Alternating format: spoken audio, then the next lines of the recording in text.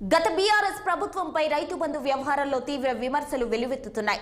సాగు చేయని భూములకు రైతు బంధు ఇచ్చి రాష్ట్ర ఖజానా మీద కోట్లాది రూపాయలు భారం మోపిందని రైతులు విమర్శించారు. భూమిని కాపాడుకుని కాయకష్టం చేసే రైతన్నకు రైతు బంధు ఇస్తే అందరికీ ఆమోదయోగ్యంగా ఉంటుందని అభిప్రాయం వ్యక్తం చేస్తున్నారు. సాగు చేయని భూములకు విచ్చలవిడిగా రైతు బంధు ఇవ్వడంతో ఆర్థిక వ్యవస్థ దివాలా తీసిందని రైతు సంఘాల నాయకులు ఆరోపిస్తున్నారు.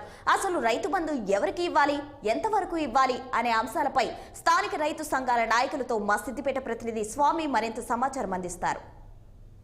విషయంలో పూర్తిగా విమర్శలను ఎదుర్కొంది. రైతులకు ఎంతవరకు రైతు బంధు ఇస్తే రైతులకు మేలు జరుగుతుంది, ఎవరికిస్తే రైతు బంధు లాభం జరుగుతుంది అనే అంశాలని మనం ఒక్కసారి ఇక్కడ కొంతమంది రైతు సంఘాల నాయకులు ఉన్నారు, వాళ్ళని అడిగి కొన్ని విషయాలు తెలుసుకునే ప్రయత్నం చేద్దాం. చెప్పండి, రైతు బంధు విషయంలో ఇప్పుడున్నటువంటి కాంగ్రెస్ ప్రభుత్వం ఎట్లా ఇస్తే బాగుంటుంది, ఎవరికి ఇస్తే బాగుంటుంది? గత చాలా సంవత్సరాలుగా రైతులకి రైతు బంధు అనేది రైతులకు ఏదైతే మేము చేస్తున్నామని చెప్తున్నటువంటి ప్రభుత్వాలు ఎవరు కూడా రైతులకి సరి అయినటువంటి న్యాయము పూర్తి స్థాయిలో చేయడం లేదు. ఈ ప్రభుత్వాలే కాదు, గతంలో ఉన్నటువంటి ప్రభుత్వాలు కూడా రైతులకి నిజమైనటువంటి లబ్ధి చేకూర్చలేదు. గత ప్రభుత్వాలు కూడా రైతు బంధు అనేటివి చాలా పెద్ద భూస్వాములకు రైతు బంధు ఇవ్వడం జరిగింది. అందులో 50 ఎకరాలు, 100 ఎకరాలు, 500 ఎకరాలు ఇలాంటి వాళ్ళకు కూడా రైతు బంధు ఇవ్వడం జరిగింది. దాంతో ఏమైందంటే నిజమైనటువంటి లబ్ధిదారులు ఎవరైతే నిజమైనటువంటి రైతు బంధు కోసం నిలబడి ఆ రైతు బంధు వస్తేనే మేము వ్యవసాయం చేసుకోగలుగుతామనే సామాన్య రైతుకి, అదేవిధంగా కౌలు రైతులకు కూడా పూర్తి అన్యాయం జరిగింది.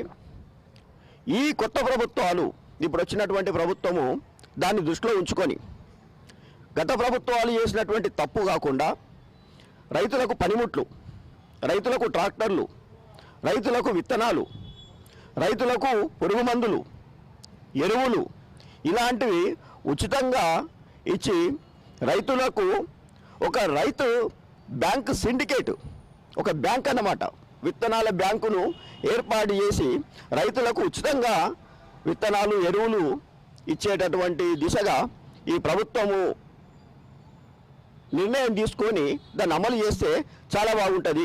మీరేం చెప్తారు సార్? ఇప్పుడు ఏదైతే కోల్డ్ స్టోరేజ్లు అంటున్నారు, అట్లాగే రైతుకు సంబంధించిన అంశాలు చెప్తున్నారు, దీని మీద మీరేం చెప్తారు? ఇప్పటి వరకు ప్రభుత్వాలు 70 సంవత్సరాల స్వతంత్ర భారతదేశంలో ప్రభుత్వాలు రైతును ఓటరుగానే చూశారు.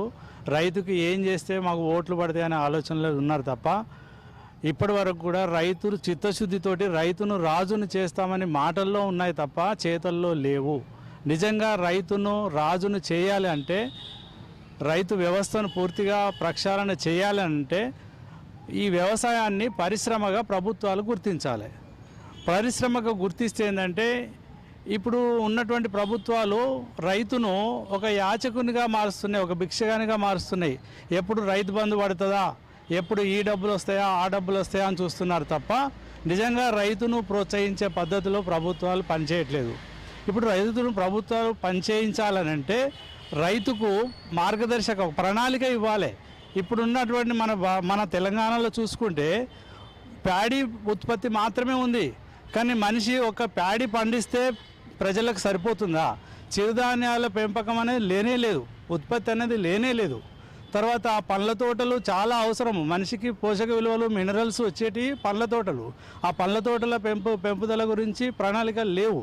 సో ఇంకోటి ఫారెస్ట్ యొక్క అవసరము, ఫారెస్ట్ పెంపుదల అనేది చాలా అవసరము. ఫారెస్ట్ నుంచి వచ్చేటువంటి వ్యవసాయ ఉత్పత్తులు కూడా ప్రజలకు చాలా అవసరము. కాబట్టి ప్రభుత్వాలు ఒక మంచి ప్రణాళిక చేసి, అంటే రాష్ట్రంలో ఒక విచిత్రమైన పరిస్థితి నెలకొంది. అంటే ఈ 10 ఏళ్లలో రాష్ట్రంలో పంటల దిగుబడి పెరిగింది, రైతుల ఆదాయం తగ్గింది స్థూలంగా. ఇకపోతే అప్పులు, ఆత్మహత్యలే మిగిలాయి తప్ప రైతుకు లాభసాటిగా సంపాదించిన సందర్భాలు చాలా తక్కువ. రైతు కుటుంబాలకి పిల్లనిచ్చే సందర్భాలు కూడా ఈరోజు లేవు. ఇలాంటి పరిస్థితుల్లో వ్యవసాయ రంగాన్ని రైతు ఆదాయం పెంచేలా ప్రభుత్వ ప్రణాళికలు ఉండాల్సిన అవసరం ఉంది. కొత్తగా వచ్చిన ప్రభుత్వము కేవలము గిట్టుబాటు ధరనో, లాభసాటి వ్యవసాయం అంటేనో కుదరదు. వ్యవసాయ రంగాన్ని పూర్తిగా ప్రక్షాళన చేయాల్సిన అవసరం ఉన్నది. ఒకటే చెప్తున్నారు, ఇవన్నీ కాగితాలకే పరిమితం అవుతున్నాయి. 75 ఏళ్ల నుంచి రైతుల జీవితాలు మారలేదు.